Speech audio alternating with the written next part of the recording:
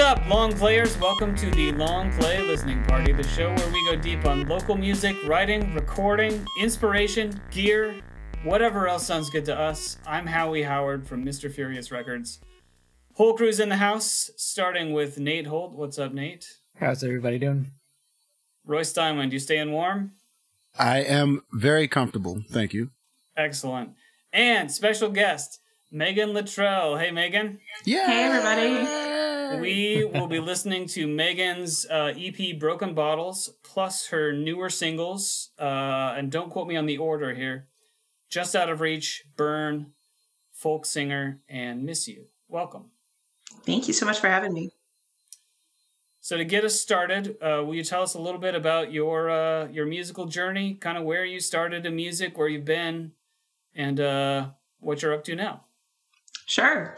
So I have been making music my whole life. I started playing guitar when I was in high school and writing some really terrible songs back then. And then in college, I kind of started performing out a little bit, and I went to college in Vermont, and I was introduced to traditional music. I was in the old time music club there, so I learned a lot about folk and classic country music there, which kind of inspired my style.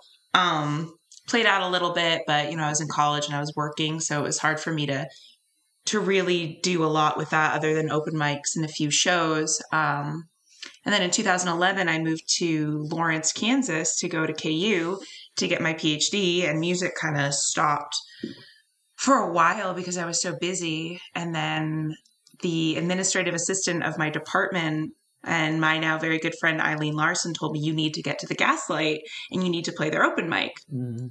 And so I stopped in there, and I was all timid and weirded out and nervous about playing in front of strangers. I didn't know anyone in Kansas. And, I played there, and people were just incredible. They were immediately so supportive.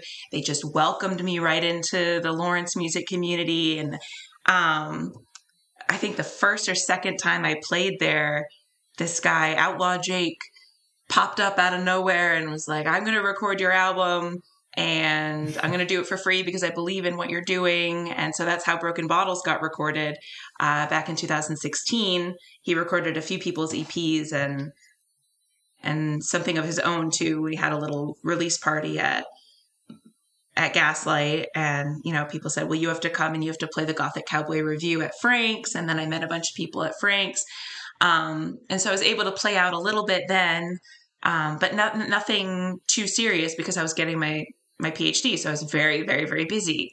And then I graduated in 2018 in December, got a job January 2019 teaching at a university, and it was 3 weeks into my first adult teaching job that my mother very unexpectedly passed away. I had only worked there, thank you, I'd only worked there a few weeks, and I was a visiting lecturer, so I didn't qualify for any kind of bereavement leave or anything, and I wanted to be able to take care of my dad and myself, so I left my job. And, music was my only other marketable skill. It was my only other way to make money because surprisingly, there are not really any Russian language teaching jobs in Kansas. I don't know if that shocks you or not. Surprising, yeah. So then music I full time, immediately just dove into it after I kind of, I don't know if I can say recovered from losing my mom, but was enough, recovered enough to be able to be in public again. And I started playing, I think 3 or 4 shows a week. I eventually started hosting an open mic at Caw Valley Public House. I host a all-women songwriter showcase monthly at Caw Valley, and it's just, that has really grown my connections with other musicians, and it's become kind of like a home away from home there. And then I started recording with a friend of mine, Matthew Molnix. I met him through Americana Music Academy. Mm-hmm. He's an instructor there, and I don't know how he found me, but he asked me to open for him at his album release, and that's how we met. And he's got a home studio, so that's where I recorded my newest 4 singles. 2 of them I released in 2019 in April. So that was Miss You and Folk Singer. And then last year I recorded Burn and Just Out of Reach with him. Just Out of Reach, we started pre-pandemic and then finished mid-pandemic. There was a long spurt of not working on it at all. So that's kind of how music became my full-time job. I lost one career, gained a career. Then the pandemic made me lose the second career. And now I'm weirdly online teaching back to the first career. And so it's just this weird mismatch of things. And, now I'm doing both, and I was never really able to do both before. So I'm hoping I can kind of keep with it. And one big thing that's going on right now is, other than I'm serving on the board at Americana Music Academy, but I am now working with I live in Baldwin City now, and I'm working with the Lumberyard Art Center there, and we are starting a live music program in Baldwin. We got a grant through the National Endowment for the Arts, so they could hire me as a consultant, and when things are safe, we're going to start having some performances there. Very cool. Yeah. Yeah.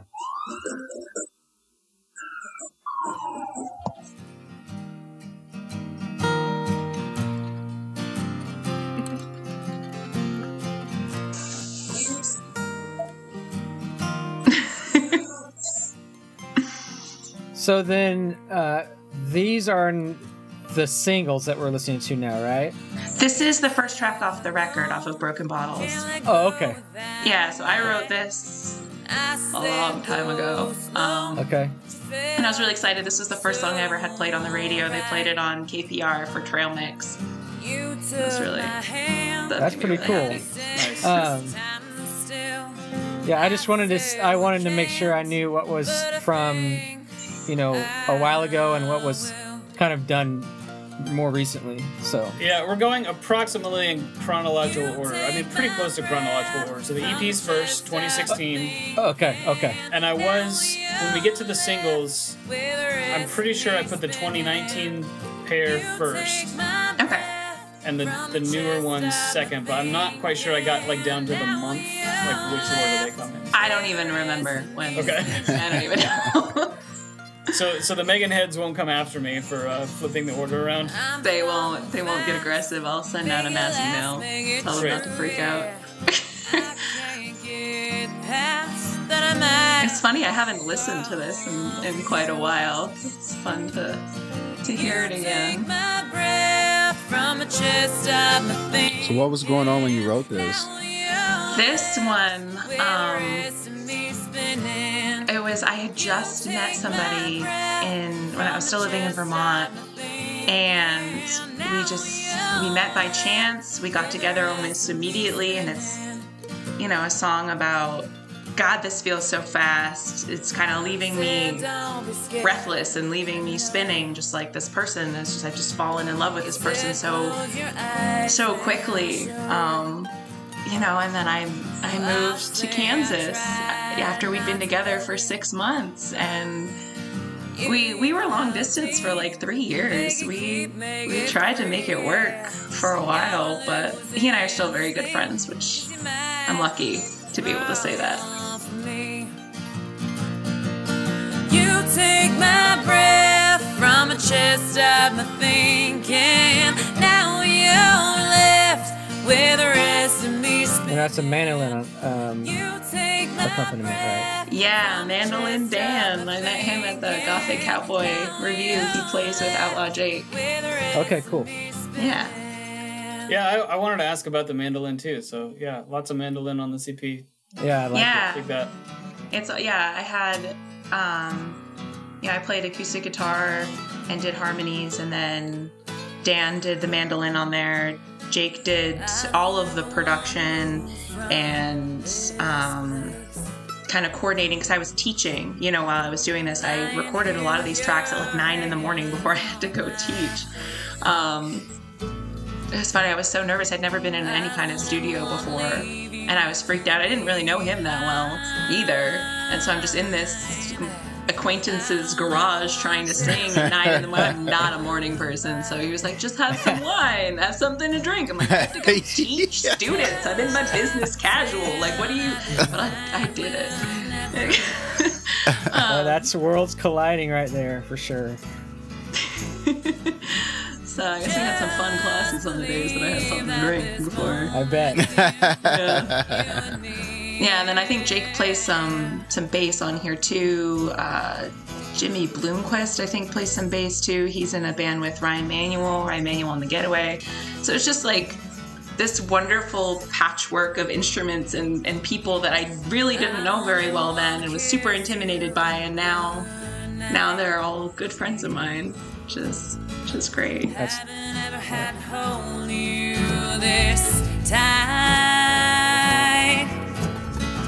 I feel like that's just classic collaboration. Like, you just constantly throw yourself into these odd situations and gold comes out. And it's kind of a Lawrence thing because I mean, things kind of went similarly for me as well. And now there's like really good friends of mine that I play music with now, and it's a good feeling to have that. Yeah, and it's so weird because I kind of had my little Russian bubble of people at the university, and then all my other people were like, music dudes. It was just this weird, and I don't know if they ever met, those two groups. Sometimes maybe, but I don't know. It's just if I have my music family and my Russian family and. Oh, and I forgot to mention Greg Pellegrin, who plays harmonica on 2 of these tracks. He is a wonderful gentleman who teaches at Americana Music Academy and probably one of the biggest supporters of my music. He is just delightful, and he's been a huge encourager of mine too. Just somebody who's like, you can do it, you can, I believe in you, you're great, and always excited to jam. He ran for COVID, ran the jam at Americana, and super talented harmonica player, and I can't forget Greg. Very cool. What up, Greg? Wherever you are.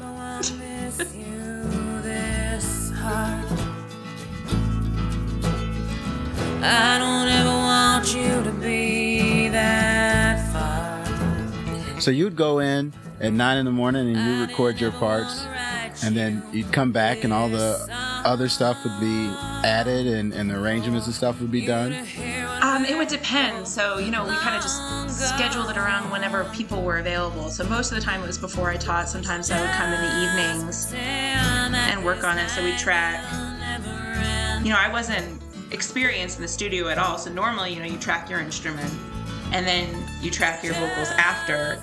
But we did it both together, and then I would track the guitar over it because I was just so nervous. I didn't know what I was doing, so I was like, I don't know how to play the guitar without singing. I don't know what I'm doing. So, we track that, and then I would come in another day and we would do harmonies, and he'd be like, check out the mandolin or the bass that was added, and so I got to hear it in stages, and then he would master it, and it was, he did this 7-song album EP of mine while he was also working on someone else, 2 other EPs and his own. The man is just amazing how much he did all the percussion and mastering, mixing, production. So I don't know when he worked on what or when he slept. He has 4 kids. I don't know. His kids weren't born yet. 2 of them, the twins, weren't born yet. So that probably helped quite a bit. People like that are just mysteries for sure. They're like sponges of information, and then they're doing all these other things too. It's like where do you get the time? I don't know. You're driving away from me. I say that as someone who should have the time. And I still find that I don't. Yeah, with the pandemic, it's like, I should be practicing 4 hours a day and writing a bunch of new songs and doing this and doing it. And should is a very dangerous word, I think, because it makes you feel like crap when you don't fulfill these ridiculous expectations that you've put on yourself for no reason. It's like it's a pandemic and you're miserable and you should be in your pajamas eating cake, watching TV. You don't have to constantly be creating, and yet, you know, it was a weird glimpse into my personal life. No, I agree completely. And I'm, pre-pandemic, I prefer to be a very focused. I got lists and I've got spreadsheets and I've worked through it, and but I've slowly just had to notch that down to just like, does anything sound fun to do? And if not, I'm watching Deep Space Nine in bed, and I'm just gonna nerd out, and that's where I'm at in February of the pandemic, and I think that's fine. I think everybody just needs to there's a lot of like unacknowledged, unspoken trauma just around us, and just getting through the day is plenty. Yeah, I've started learning fiddle. That's something that's kind of has something to do almost every day. Is at least I can be working on this, and I feel you were throwing up those riff a day challenge, weren't you? Yeah. I saw some of those. That's cool. I wish I could commit to something that regular. That would be very cool. Hard. Oh my! I bet it was. Yeah. And I was stupid, and I was like, why not do it on 2 instruments? Like, my fiddle teacher was like, you should do a riff a day challenge, where you learn a different riff on your instrument for every day of January. And you post it on Instagram. And so, because I was learning the fiddle, I was like, well, I should do it on the fiddle because she told me to do it. Then I was like, this would be great for my guitar playing. So I started doing that, and then by the end of it, I was just like, I hate this. I don't have nothing new. I hate music. Did you get better? I think it's really improved my guitar playing. With the fiddle, I'm such a noob that I ended up just like learning a different fiddle tune. I'm not like, I don't improv yet. I can't do cool riffs. They're hard to play. Like the intonation is I found particularly difficult. Poor family has to listen to me play that thing every day. I feel very bad for them because guitar, you can sound good on the guitar pretty quickly. Like I played a chord and I sound great, but the fiddle, oh man, you sound bad for a long time. Yeah, I started playing the piano 6 years ago now. Nice. And I think I sound like a 3rd grader now. So it was like really, really bad for a long time. Like, put on my headphones and do it on the keyboard so nobody would know I was doing it. At least you have that option. That's good. This is one of the harmonica tunes. Maybe we should check out a little bit of this. Yeah. I was going to mention that I enjoyed the lyrics to this song. Thank you. I was an angry lady when I wrote this song. And which one is this? This is One More Shot. So the way the album kind of goes is that it starts with a love song, a couple love songs, and then it just kind of devolves. Because That's most funny. of the so this one this person I was with before. This was during college. We were in the old time music club together, and it's my first real love of my life, and first person I'd ever lived with. Lots of firsts with this person, and then he ended up cheating on me, and we broke up, obviously. And so this song is just like, I hope you're just drinking yourself in a hole somewhere, realizing you're a bad person. If I don't know how this podcast is rated, so I'm gonna go leave it at that. But this is the Megan Luttrell show. Yeah. I think we're still in pretty safe territory. territory right here. awesome. All right. But yeah, the harmonica really. I love the harmonica. Now, I'm going to tell you, this next one coming up, this is deeper coming up, right? Mm-hmm. Is that what it is?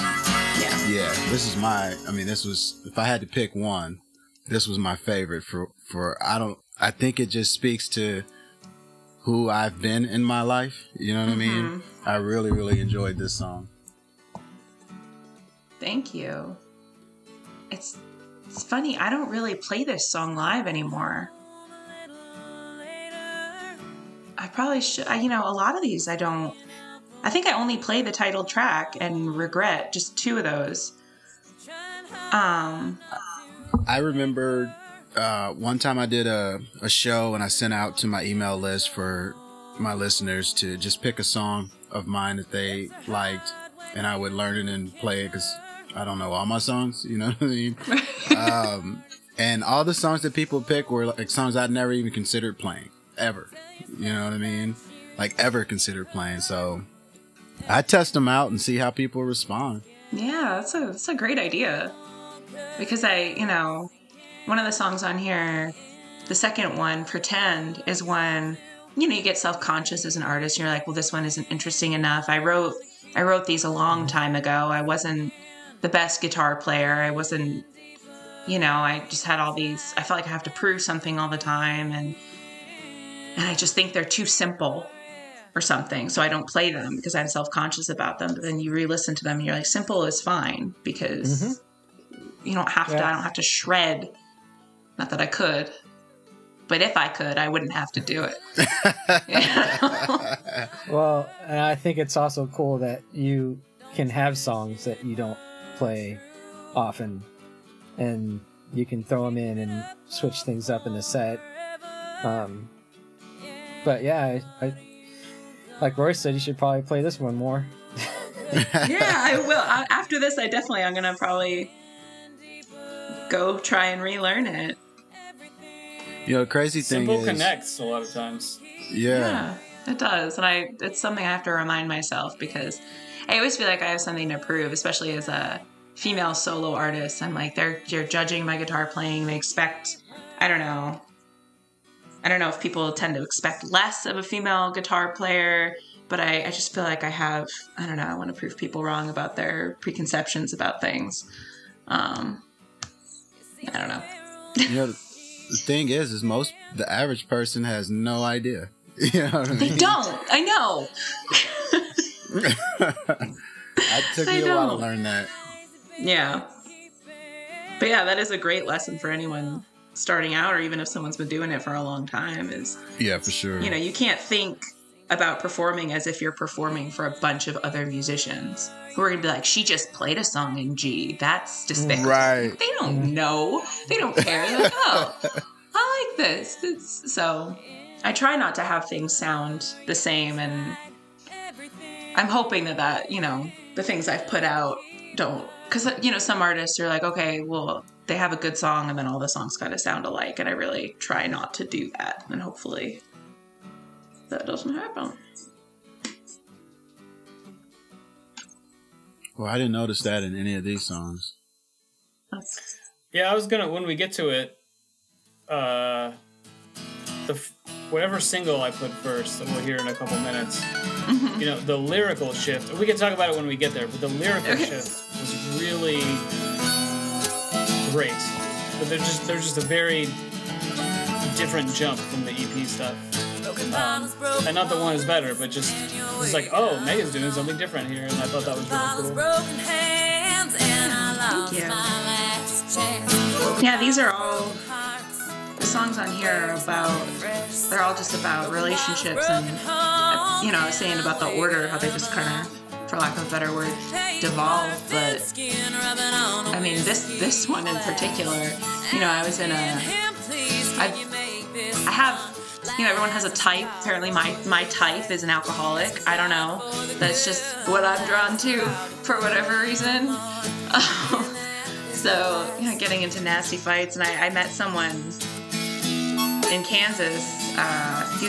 We shared an office. We were grad students together. And he had a horrible drinking problem and was abusive in almost every way that a person could be abusive. And they jokingly say, I got an album out of it. That's what Well, yeah, that's the thing. Like, that's hard stuff to talk about, and it was really dark right there. But when I'm listening to the lyrics to these songs, You know, I'm not necessarily going there. It's just kind of a story about I just kind of like a drinking type of life. Yeah. Sense. Yeah, that makes sense. Yeah, this one, I think, you know, it was the first song I wrote that was kind of just like a collage of images more than a story, you know, and I really like that songwriting technique. I have a couple other songs that I do that with, but it was really just snapshots of that life, you know, like broken shards of glass on the floor and like a hole in the wall, you know, someone punched it, or, you know, there just happened right there as I said it. You know, it's just someone's really thin skin just on the glass, and you know what drinking does to a person. I mean, this man eventually he passed away last year, I think, from alcohol. So to me, when I hear this song and when I sing this song, it brings me right back to that place. But I think when I'm just kind of hearing it in the background now, not paying attention to the words, I'm like, this is kind of a perky song. Yes, I was about to make that exact point. It's I'm not saying it's like a happy song, but the chords and all that stuff, like when you start listening to the lyrics, like, oh, you know. But then on the another level, it's coming from like a real place that's not happy. Right. Well, and I think that allows people who experience that or experiencing that, like, to not feel alone. You know what I mean? Like, with the way that you kind of meshed it with, like, the music doesn't feel overly sad, doesn't feel like I'm just gonna go in my corner and die. You know what I mean? It's like I experienced it, and I'm still here talking about it, you know? Right. And hopefully people can get that out of it. You know, this next one, this is the last song on the record, and it's called Addicts. And out of that relationship, I realized that, you know, this person can be addicted to alcohol and whatever else, but I am addicted to this person. And I never understood before that relationship why people stayed in abusive relationships. I never understood it. Just, you know, naive person in their teens and 20s, like, why don't you just get up and go? And it's because you're bonded together by the trauma that you've been through. And I was like, God, I am just as much of an addict as you are, and you are my drug, you know, and not in a good way. You know. So.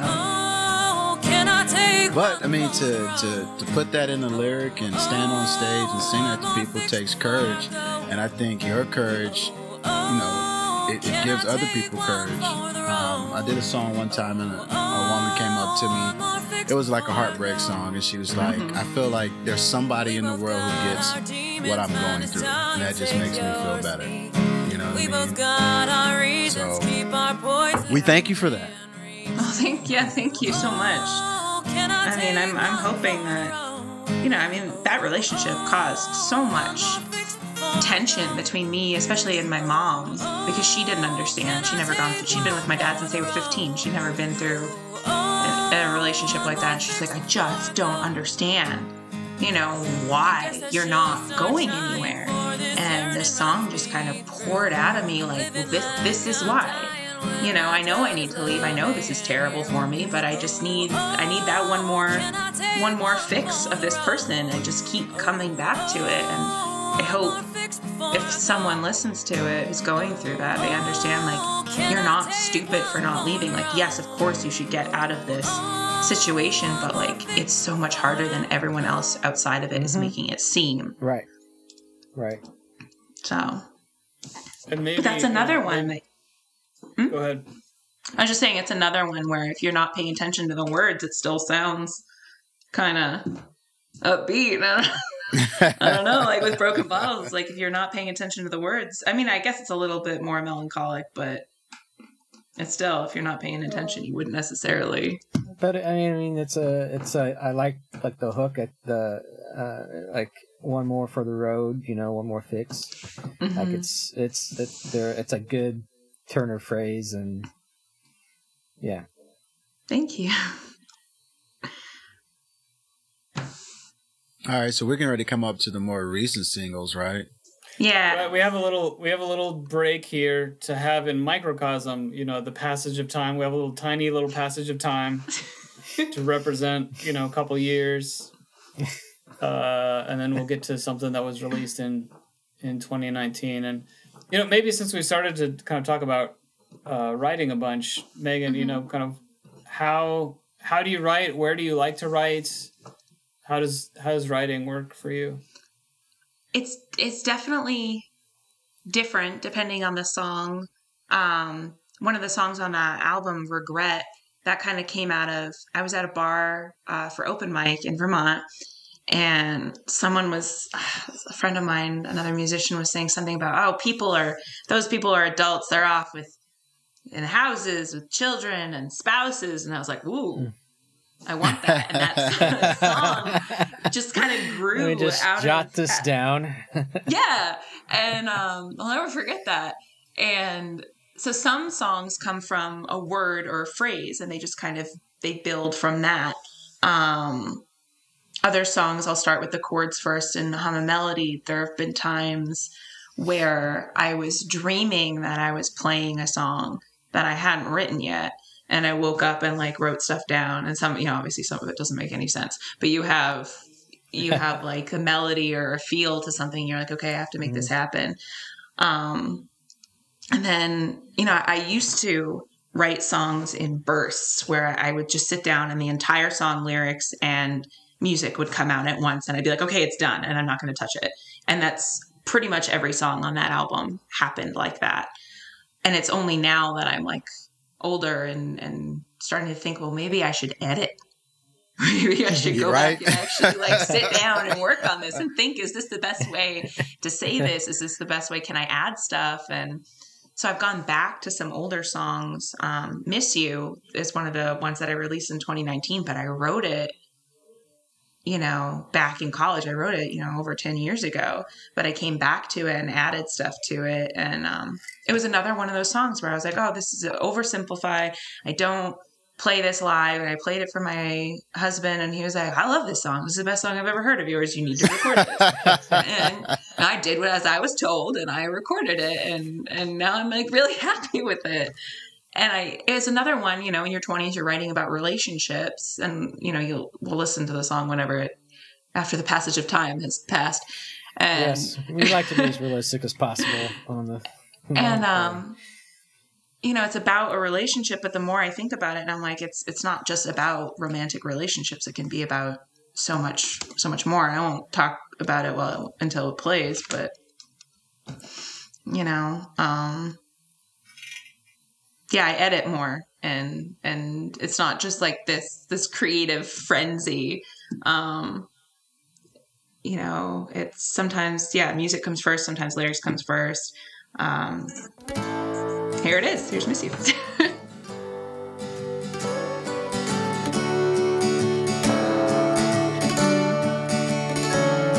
Also trying to be better about just because I wrote a song does not mean that song is worthy of being played in front of people too, because normally it was just I would write something and that was it, and I was done with it. And now I'm trying to have more of a critical eye with it and think about, is this something that I, writing more just to get into the practice of writing, because I'll have stretches where I don't write anything. And the pandemic has been one of those times. I've written, I think, 3 songs during the pandemic when I've had all this free time. It's weird also to write when other people are around, and my husband and my stepson are always here. So it's very hard for me to mess around and sound bad or try stuff out on my self-conscious. So that's understandable. Yeah.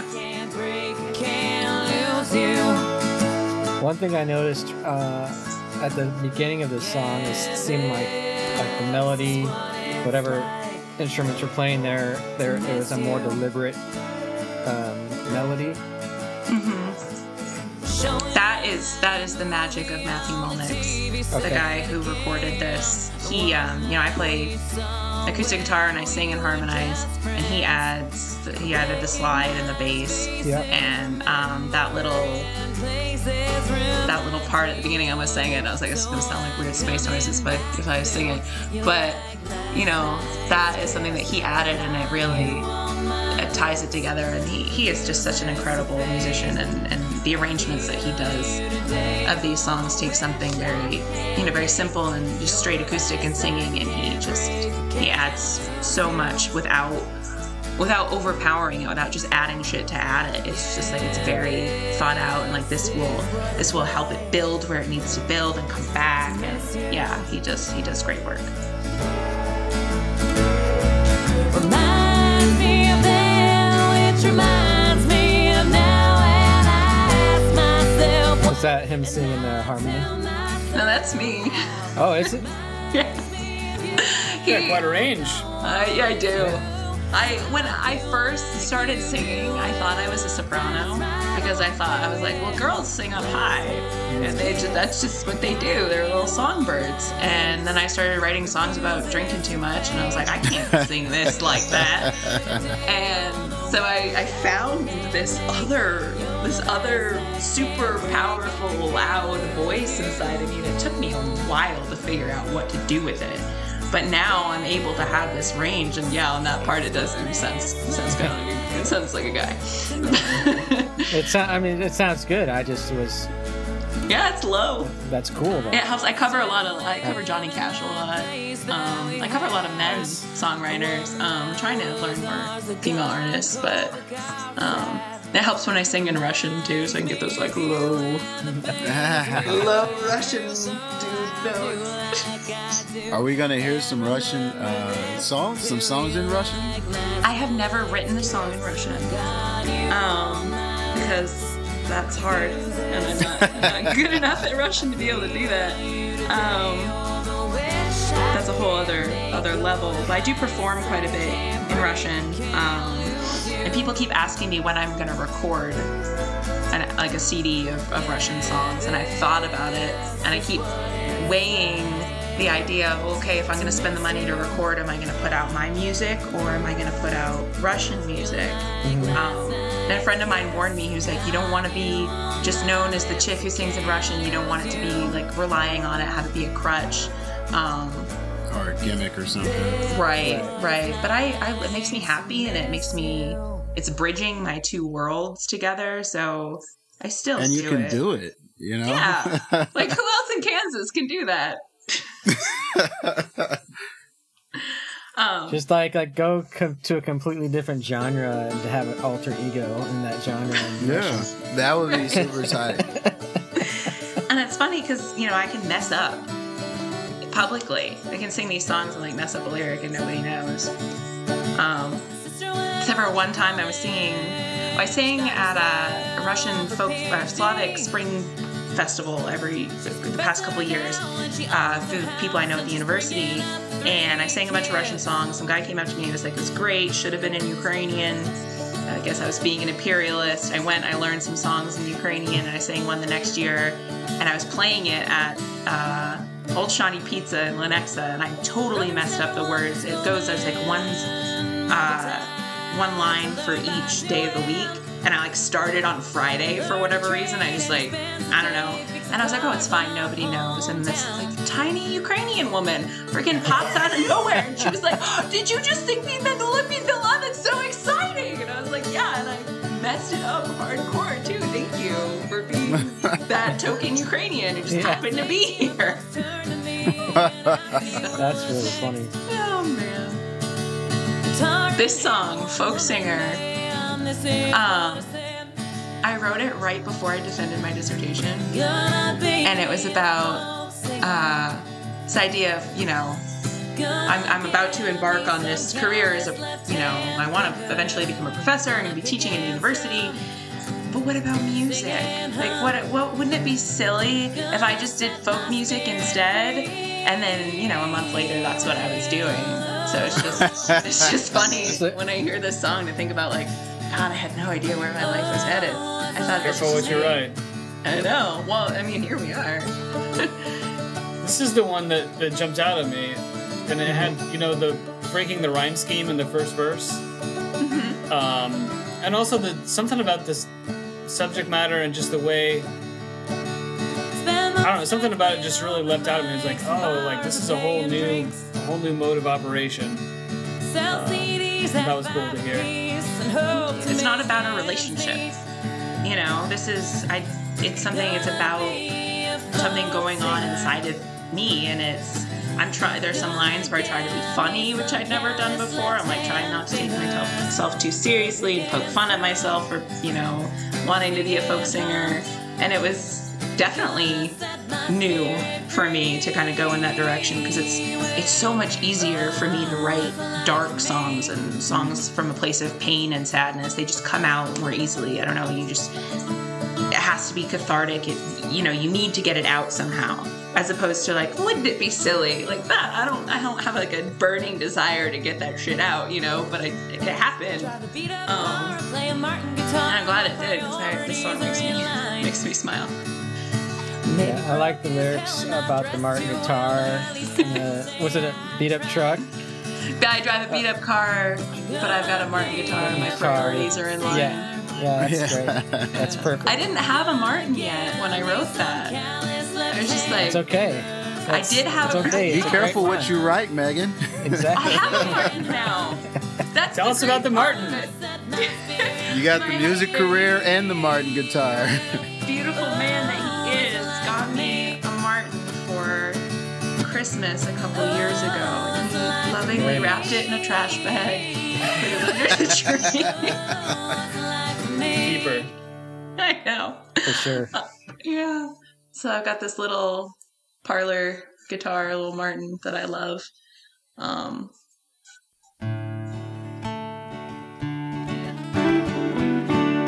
Are we hearing it now? Yeah. Yeah, I played it on Folk Singer and on this one too. Just like right when you said you have the little parlor guitar, what I was hearing like lined up.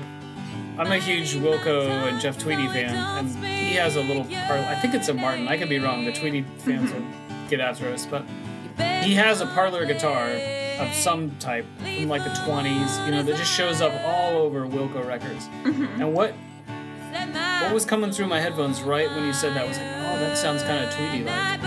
Oh, cool. So this one, I actually have somebody on harmonies. It isn't just me. It's Jeff Groves. He's the owner of Cobb Valley Public House. Mm-hmm. And he and I really cool.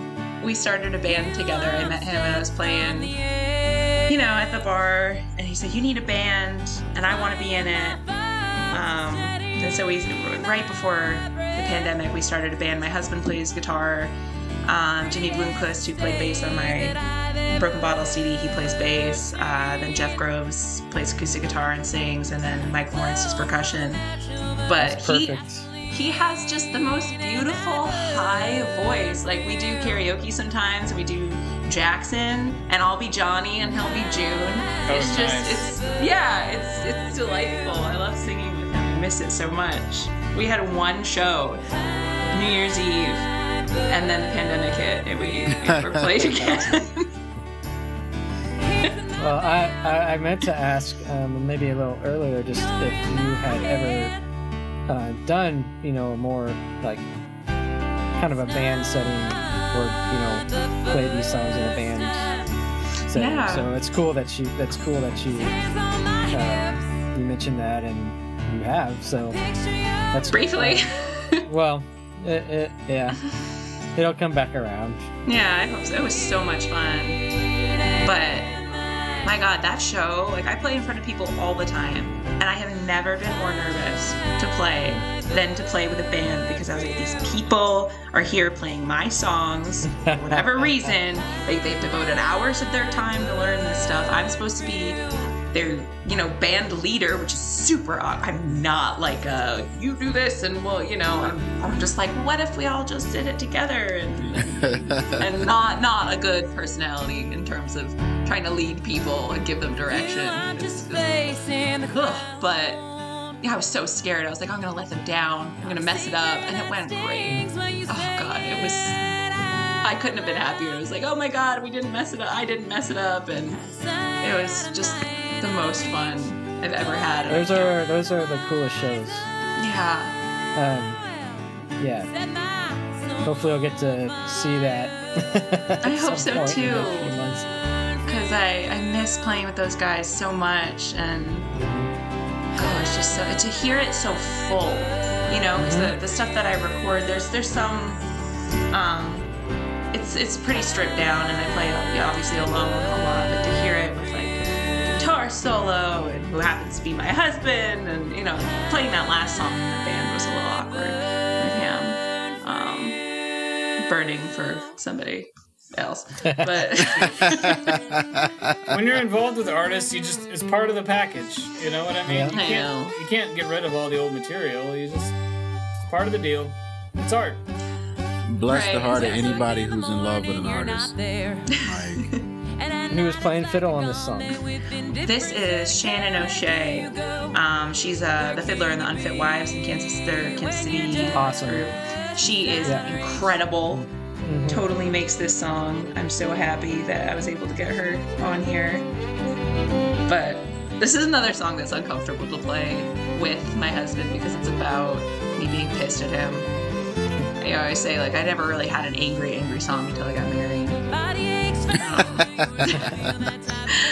But we were newly married, only a few months, and he wasn't used to wearing his ring, so he'd fiddle with it all the time. And I'm like, you're gonna drop it, and you're gonna lose it.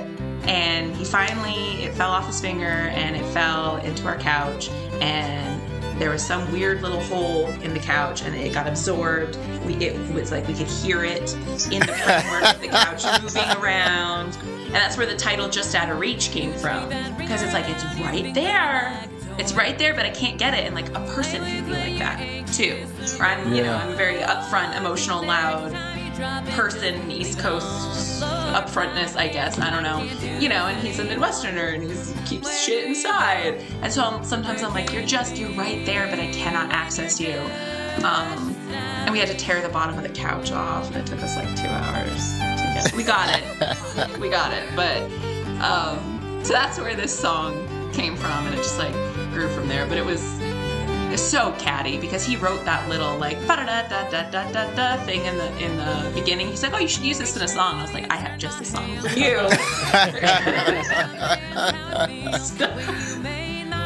That's fantastic. Yeah. Isn't that nice? We're talking about, some of the seriousness of the lyrics, but the maybe lightness, contrasted with the lightness of the songs. And I was thinking earlier, these are songs that I would think I'd be sitting on my front porch or back porch, like in a warm weather. having exactly. Having some beers, like enjoying some like old-timey folk music, like it's good stuff. What I liked about the process of writing this song is because a lot of my other songs they're like I said, they're from places of pain, and it was just really difficult for me to write them, and it was just sadness. And this one, I felt like I had grown as a person because I felt hurt by something that someone did, and instead of getting sad, I got angry. And I'm not a person who does that. I usually blame myself for a lot of things and take things personally and get angry at myself. And I felt like a good step because, anger can be a positive thing. It can tell you need space. It can keep you, at a good distance from what's frustrating. And it wasn't turned inward. And it was just, I don't know, it made me feel like I'd grown as a songwriter and grown as a human being, being able to write that. And not just, being awful to myself, but being awful to my wonderful spouse. I love the way you ended that, too. You stuck the ending on that. That was perfect. Thank you. Mm-hmm. Yeah, that's another one that's fun to play live. It's a little awkward because those instrumental parts need something, and obviously don't have Shannon to play fiddle. Yeah. But I got a looping pedal for Christmas. It's still in transit. It hasn't gotten here yet, but it's a pedal that I can loop. Yeah. I got a piece of paper saying that I got a looping pedal for Christmas, but it'll let me loop,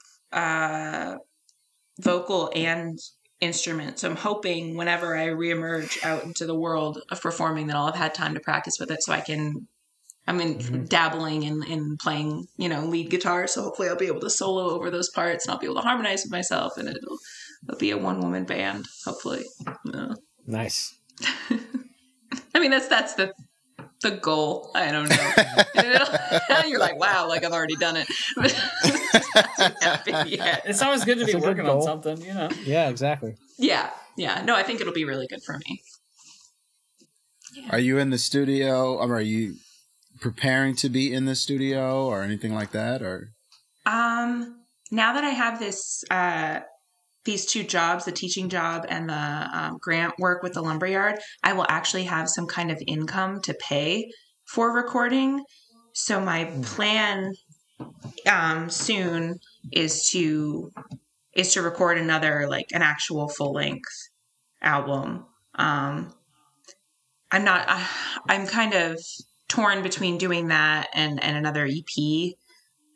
Just because I've written a few songs about my mom recently, and I think it would be really nice to release an EP of just songs about my mom. But because that album was written so long ago and recorded so long ago, and for free in a garage, I'm like, I really want to just like make the investment and record something with a bunch of, maybe 10 songs, and in like with a bunch of instrumentation on it. So that's the plan. I haven't contacted anybody yet about doing it, but I'm hoping that it'll happen this year.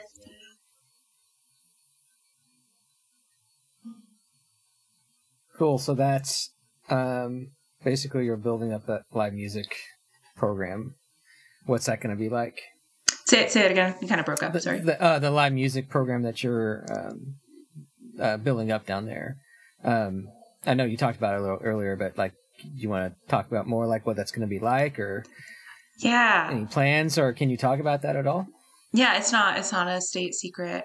So I can talk about it. We just kind of announced it recently, where the grant was to plan the program. So that's what we're in the phases of doing right now. We don't have any events scheduled, obviously, because of COVID too. But there is no live music in Baldwin City except for 2 times a year. There's Bluegrass and Barbecue, and there's the Maple Leaf Festival. Yeah.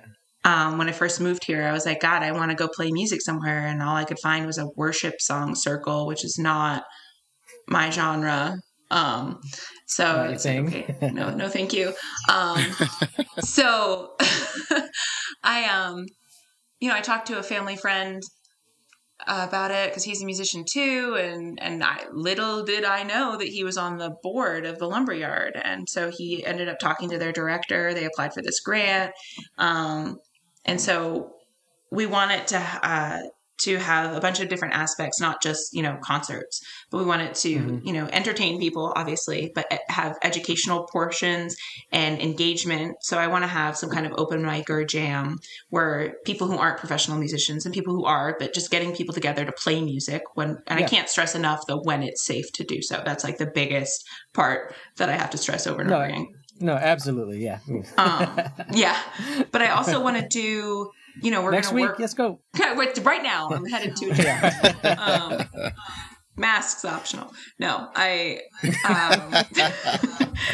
we're gonna pair with like the Baldwin City High School and maybe have semi-annual performances by their band or choir. Baker University is here. Right before COVID started, I started this multicultural music program at the guitar store Guitarma downtown. We had one workshop, but because I'm interested in Russian music, I wanted to have this place where, people who love music and kids come and learn about music from different cultures and have it be like a hands-on, performance / lecture educational thing. So we're going to start that series again through the lumberyard. I'm not sure if it's going to be a class or just people show up. So that's going to be an aspect of it. I want to do kind of a folk alliance sort of thing where we have professional development workshops for working artists, like a career panel or something on how to copyright your music, maybe something on promotion or how to stream, songwriter showcases and bands, obviously, maybe some jazz nights or classical music or something. So it's all in the works. Still, we haven't really solidified everything, but those are kind of the the main. That's super exciting though. Like that's all like really cool stuff. Like especially, I can't wait. Getting all that stuff to people that may not have opportunities otherwise. Yeah, That's and it'll cool. bring people to Baldwin City. I mean, like, it's a cool little place that nobody goes. It's like there's this adorable downtown. There's cool restaurants and shops, and people are like, "Oh, I'll just go to Lawrence." But there's great stuff and there's great people here, and I feel like it'll be really good for the local economy too. We used to have the Polar Express train thing that would bring people, and then the man with the trains got upset with somebody else, and then he took his trains and left or something. I don't know the small town politics of it. There are no more trains. There is no more Christmas, and we need something to bring people in. So like the timing was really great. I didn't get picked, so I'm going to take my ball back. Right. I can't. I mean, don't quote me. I have no idea what happened. I just know that everyone got upset with everybody, and now there are no trains. That's pretty much all I know. That's hilarious. Megan, do you want to talk about like have you just kind of by coincidence fallen into the open mic thing, or is that like an important kind of intentional setting for you? Because it pops up several times in our conversation. So I started at open mics in Vermont, and then especially in Kansas.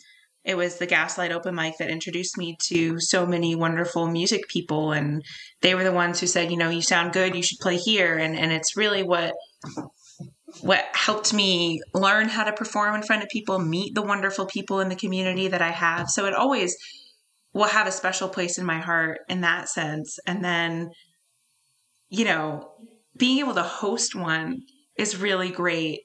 Too, I've been to pretty much all the open mics in Lawrence. There's the one at Replay and the one at Jazz House and Gaslight and some other ones I've been to. I don't remember where SNS had one.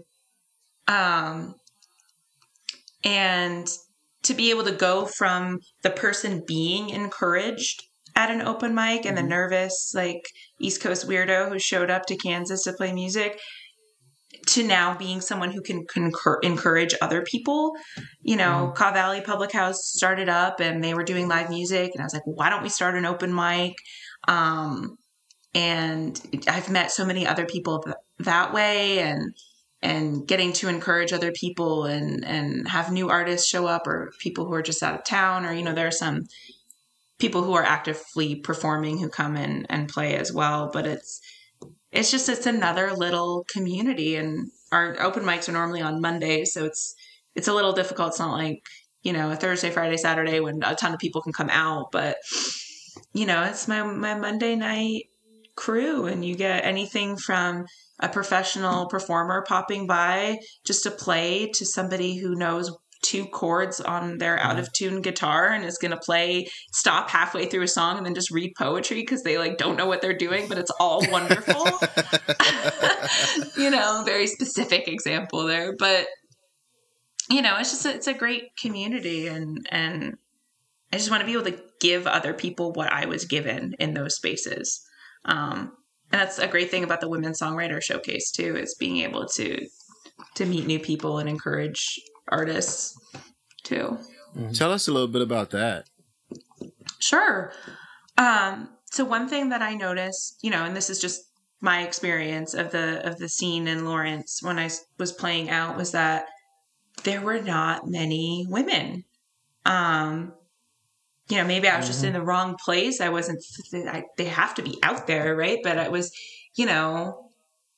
there were no solo female performers that I could see, people in groups, but never, I'm a singer-songwriter. I play my instrument and I sing and I'm a woman. And I was talking about this with Jeff Groves, the Caw Valley Public House owner.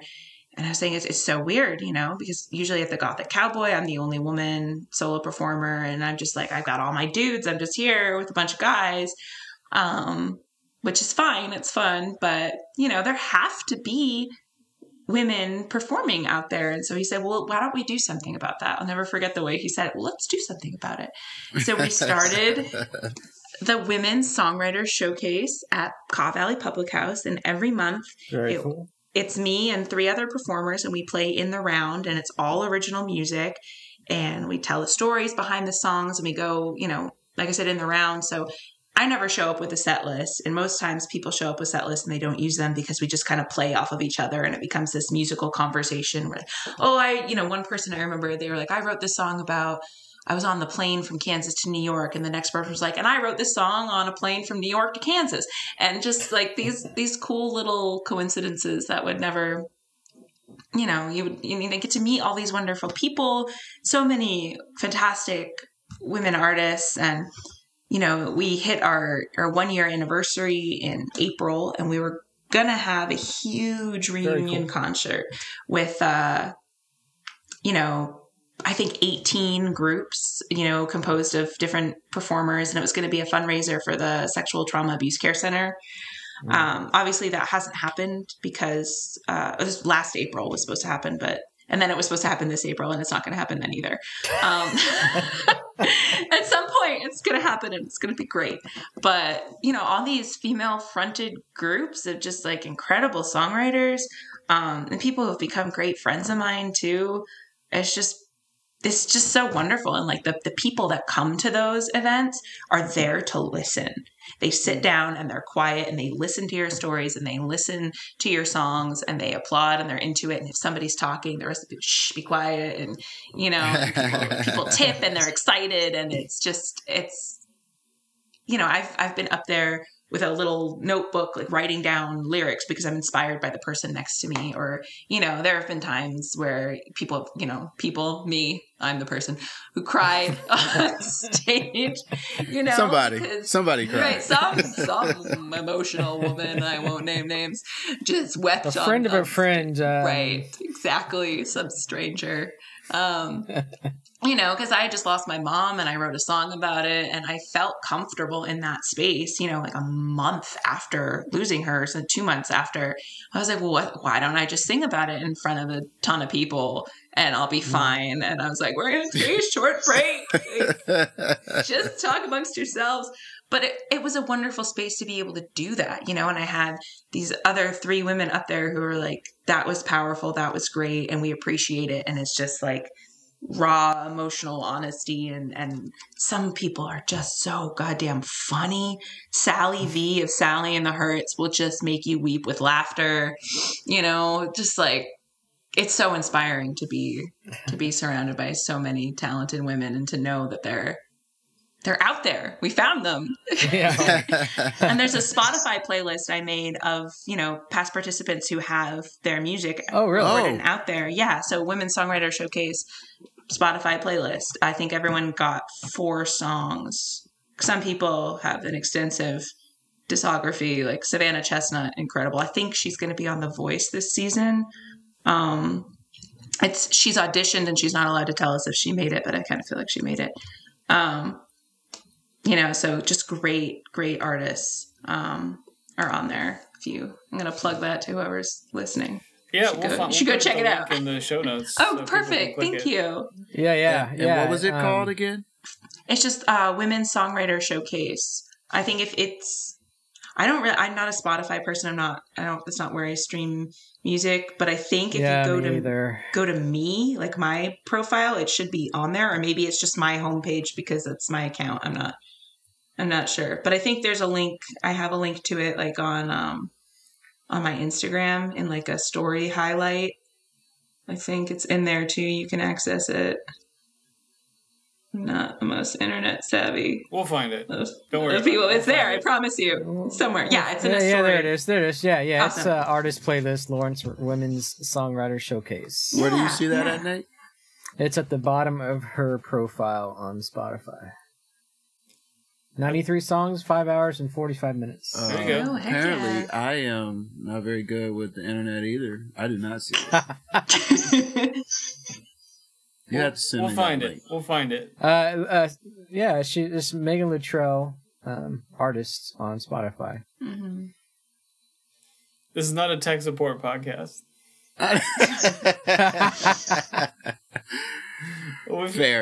Fair. We've kind of gone full circle, Megan. I mean, from your beginning, through your journey so far, with much more to come, of course.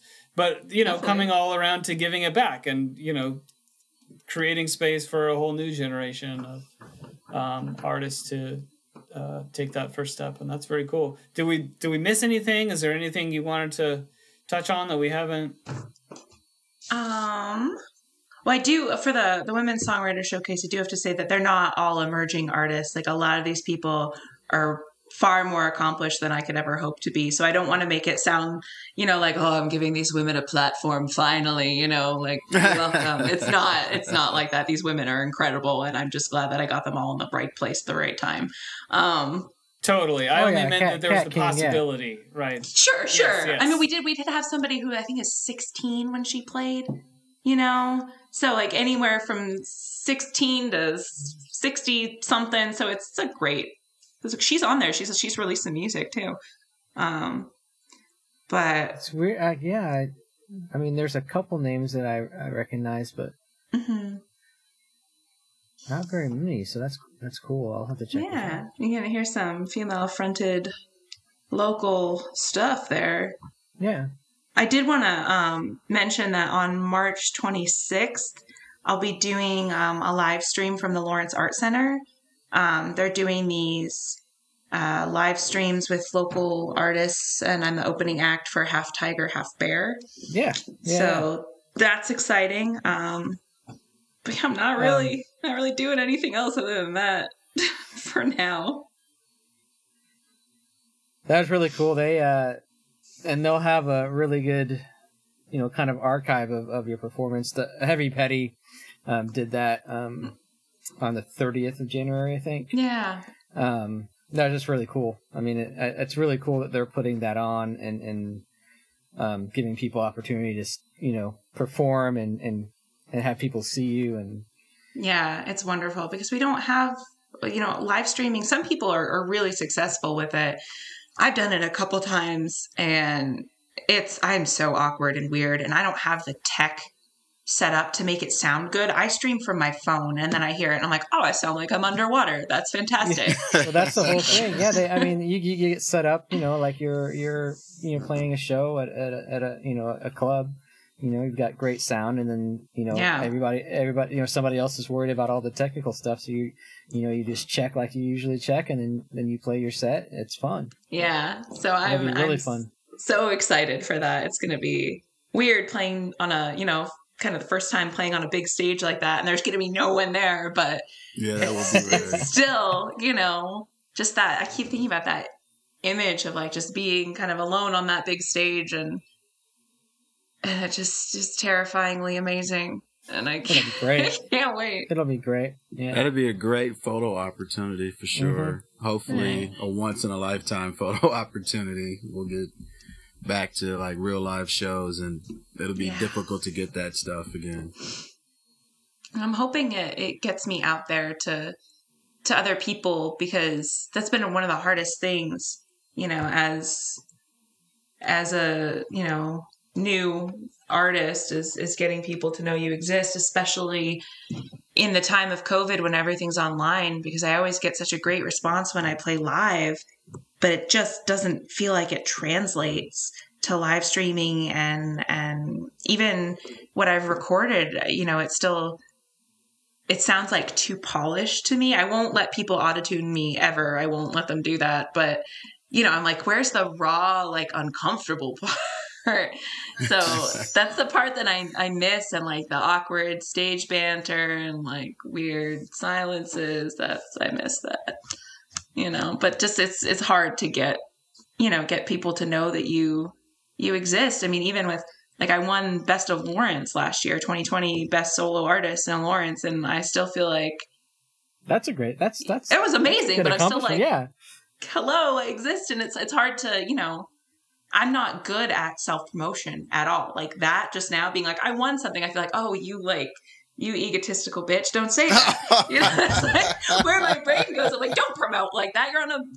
That's not what this podcast about your music is for. What? That's just your creative mind doing what it does to you. We are our own worst enemies. I read that about you, and it made it much more, not like much more exciting, but it definitely was added adventure to it. because it's great. It shows that like you're active in the community. You know what I mean? Like a lot of people don't think about the fact that, you know, the music community is only there if we're all involved. You know, you need booking agents, you need somebody to work the bar and all that kind of stuff. Otherwise, you just don't even have an industry in our area, you know? Yeah.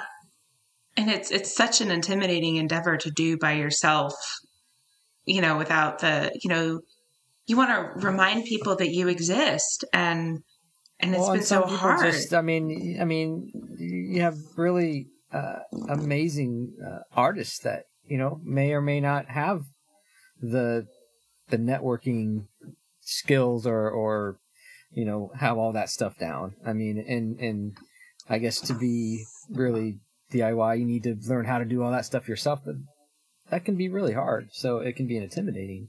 Yeah. To try to do it. So and time consuming. Definitely understand what you're saying, for sure. Mm-hmm. And the time consuming funding aspect. Yeah. Money too. Like you have to put out music videos to be right. Know, and I'm like, from what? Like, what money am I gonna, you know, do I record a music video? Do I record an album? Do I pay my mortgage? Like, which of those do I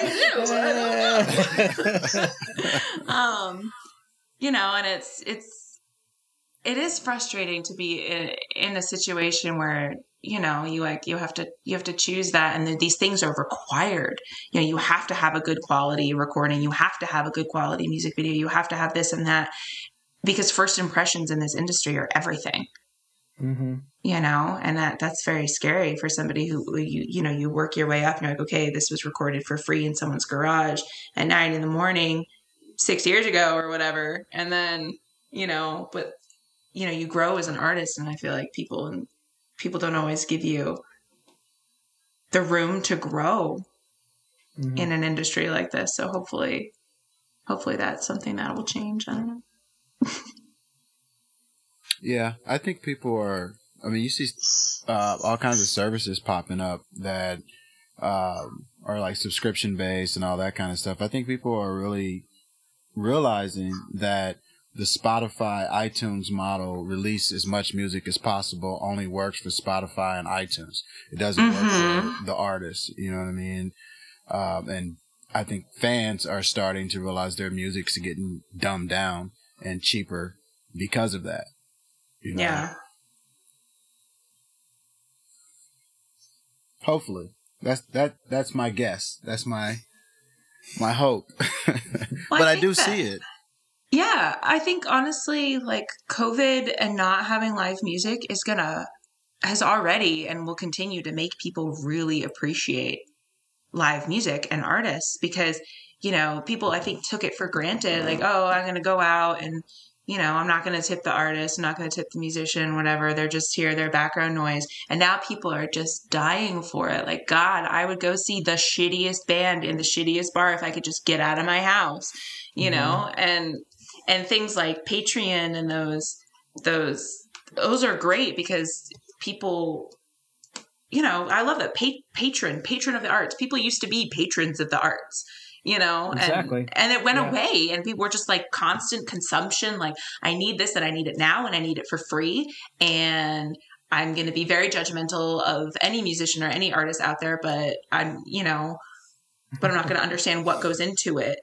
And now we're changing. That's changing. And we're going to, okay, I should patronize the arts. I should give you $5 a month because you're worth it. You know, the arts are part of everyday life. Everything is art, from the clothes you wear to the music you hear to the house you live in. I mean, to the beats on your iPhone. Workers. Yeah. Right. Yeah. We are essential. And I'm hoping we are essential. I have a t-shirt that says artists. We are essential. Well, somebody posted something today with like a breakdown, like a little picture or a breakdown of like essential workers and non-essential workers. And, you know, doctor, essential, trash person, essential, whatever. And then artist was the first one on non-essential. And then later in the post, it was like, who do you think drew your like little comparative picture to show who's essential and who's not? You know? No doubt. No doubt. That's hilarious. Yeah. Who made the, you know, the music that you listened to while you pondered who was essential and who wasn't, you know? So, digression, but artists are important. No doubt. Artists are important. And where, Megan, can people find your art? We already know they can find it on MySpace. Jesus. No. Oh, no, they can't find it on MySpace? Oh, my mistake. Can we recycle that conversation real quick? Did a deep dive, a MySpace deep dive earlier.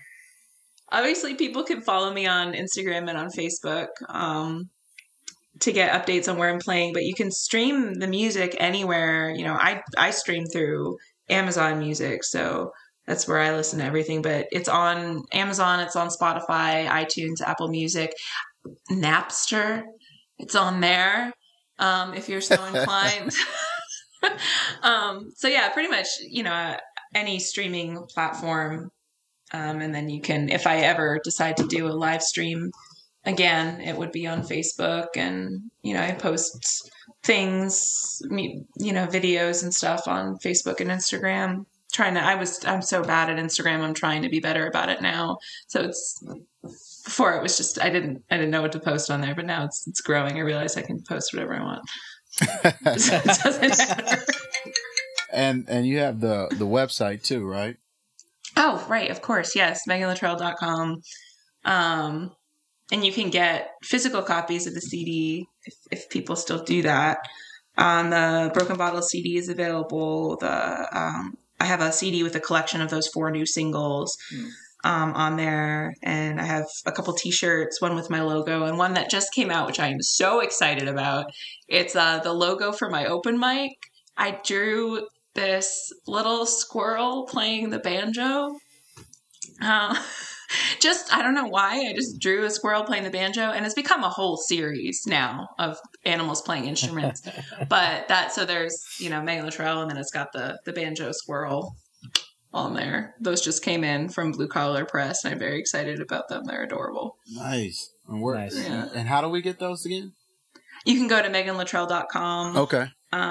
The website was a little weird last time someone tried to buy one on there. So you can also just message me on Instagram or Facebook, and we can just Venmo, and I can send it out to people too. And I'm always taking suggestions for other animals with instruments that people want me to draw. I posted a while ago and asked, and so now there's a rabbit with a mandolin. My personal favorite is a fiddler crab. There's a frog with a tuba, and a bear with a stand-up bass, and an octopus with a xylophone. I submit either an otter or a capybara. And what are they? Okay, so that limits. They can't play like a... Capybara would be tough. What could they play? I don't know. That's... The triangle? We need an artist. Yeah, triangle. It's true. An essential artist to determine what a capybara could be playing. All right, capybara or not. An otter would be... I picture him with castanets. Love it. Percussive. Wasn't there some story like him at Otter's Jug Band Christmas? Yeah. That's a Jim Henson Muppet kind of Christmas special. Yeah. Yeah. Nice. Yeah, always taking suggestions for those. Digging in the craze.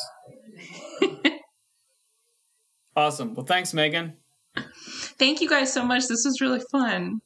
Yeah, thank you for joining us, talking about your music. Of course. Yeah. This has been really cool to do with a lot of people, just being able to ask questions and kind of get where you're coming from musically and hear some new music. And check out that playlist so you can hear some wonderful women artists. Yes, for sure. In the area. Yeah. I'm not a Spotify person, but I think I made it like a little favorite. So cool. We can always look at them, like see the artists and find them on other places. Yeah, for sure. Yeah. You could always send me the link so I can listen to it on Spotify. Because you can't find it. Oh, you still need text support over there, Royce? I feel left out. living in your basement, can't find the internet, Yeah. stuck on MySpace, can't. No doubt. Oh my God. Oh man. Well, this was delightful. Thank you guys so much.